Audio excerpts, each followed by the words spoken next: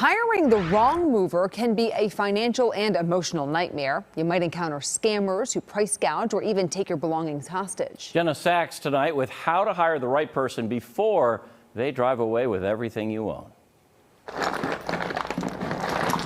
Any mom with young kids spends time on the floor. Now let's build. Okay. But for Stephanie Harvey, there's no alternative. I am getting sick of it, but what can I do at this point? Stephanie, Skylar, and Scout met Contact 6 during their 4th week without furniture. That pillow is mine. They were waiting on their cross-country movers to show up. I just feel like I was misled and lied to throughout the whole process.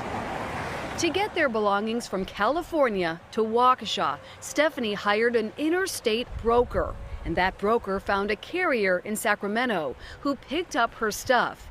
Contact 6 discovered both businesses have complaints with the Better Business Bureau and the Federal Motor Carrier Safety Administration, accusing them of deceptive business practices. So where were Stephanie's belongings when she met with Contact 6? I was told that my stuff is sitting in a climate-controlled warehouse in California. Stephanie says she experienced many tactics outlined in a BBB study on moving scams. A lowball price estimate, but the actual cost ends up being much higher, and no in-person estimate. To get her quote, Stephanie says she listed her belongings over the phone. Sometimes the movers it's an out-and-out scam. Sometimes it's just a miscommunication. BBB of Wisconsin President Jim Temmer says in worst cases, movers inform customers only after their items are loaded that the price has gone up. It is like paying ransom for your materials. I said, oh, okay, I don't have a choice. I guess I have to pay it. That's how Stephanie says she ended up signing this contract with A1 in haste, agreeing to pay $6,400 when she'd been quoted $2,300 by Discount Van. The reason? Stephanie was told her stuff took up more cubic feet than anticipated. Before you exchange money, before they take your belongings, you want to understand what you're paying for, what the time frame is. Wisconsin Consumer Protection says before movers arrive, get your contract in writing.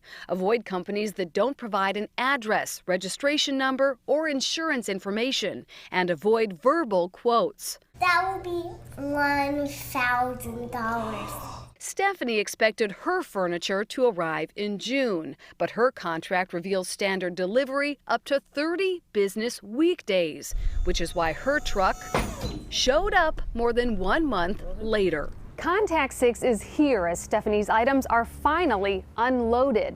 We'd hoped to speak with the company about Stephanie's complaints, but the one mover here speaks limited English, so that's not a possibility. Contact 6 reached out to the broker and carrier on Stephanie's behalf. The broker told us they had no malicious intent. The carrier didn't respond. Weeks later, the family is moving on. What was an empty apartment finally feels like a home. I feel very relieved about having my belongings. I thought that there was a chance that they wouldn't come. I'm Jenna Sachs, Contact 6.